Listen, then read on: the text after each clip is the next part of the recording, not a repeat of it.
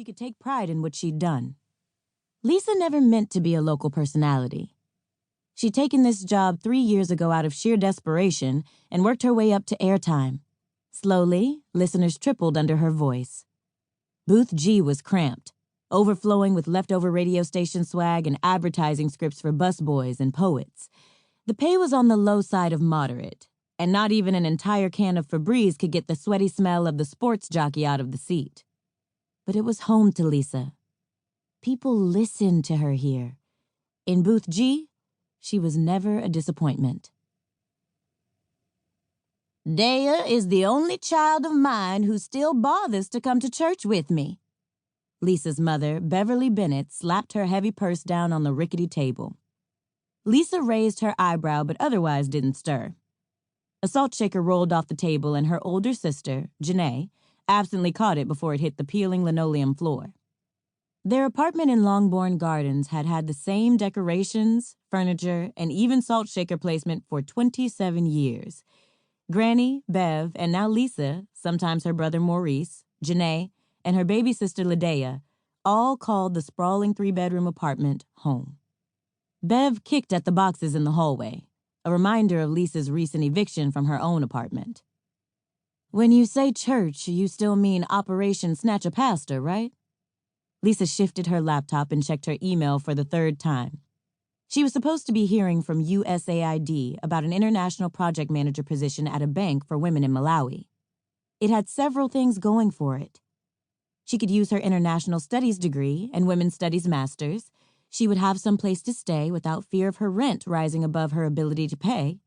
And she would be thousands of miles away from her mother. Yes, Mother, what was the sermon about? Janae chimed in a rare moment of fun at her mother's expense. Bev ignored Janae's tone and zeroed in on Lisa. Lisa, I want these boxes out of my hallway. This ain't the UPS store. Bev pulled at her wig. The cascading platinum blonde tresses shifted slightly to the left, then right. What I heard in Bible study is that you were out there picketing for the gays, Bev informed her. She made it sound like a Motown girl group. Mom, you can just say gay, Lisa said. Correct me again and I'll correct your behind, Bev spat out impatiently. I don't want you involved in anything that's gonna ruin the family's reputation, you hear? Lisa's mouth twisted sideways. Mom, birthing the 3 prettiest daughters in Southeast is not a reputation, it's an opinion. Southeast? My Janae was almost Miss D.C., the entire district, for 3 years straight. And if you'd stop wearing those no-prescription granny glasses and put on a high heel every once in a while... Bev didn't need to finish. This was a well-traveled conversational tributary that would eventually lead to her wailing that Lisa didn't try hard enough. For a job, for a man, or for herself. Janae sighed. 3-time runner-up will be on my gravestone. Bev eyed Lisa again. Your foolishness almost made me forget the good news. Where's your granny? Bev stepped out of her shoes and handed them to Ladea. She's on the Longbourn Gardens Green Committee, and those nice little people next door at Netherfield Court invited all the gardeners to their groundbreaking gala.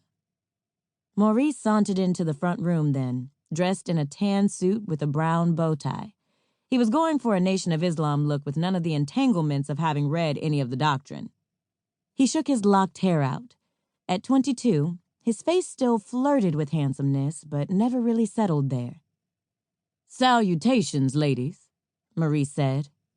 Maurice, you missed church, Lisa said. Mama, why didn't you wake Maurice up for church? They all knew why she didn't wake Maurice. Since he'd gotten back home from serving 13 days for failure to pay traffic tickets, Maurice had been aggressively woke. He went vegan for exactly 6 days, paid for an Arabic class he never showed up for, and kept calling women females in a way that sounded a lot like bitches. I think we should go to the gala, Bev said, ignoring Maurice entirely. Lisa closed her laptop slowly. Mama, you cannot allow those developers to try to sweet-talk these senior citizens out of their apartments. Lisa stood up.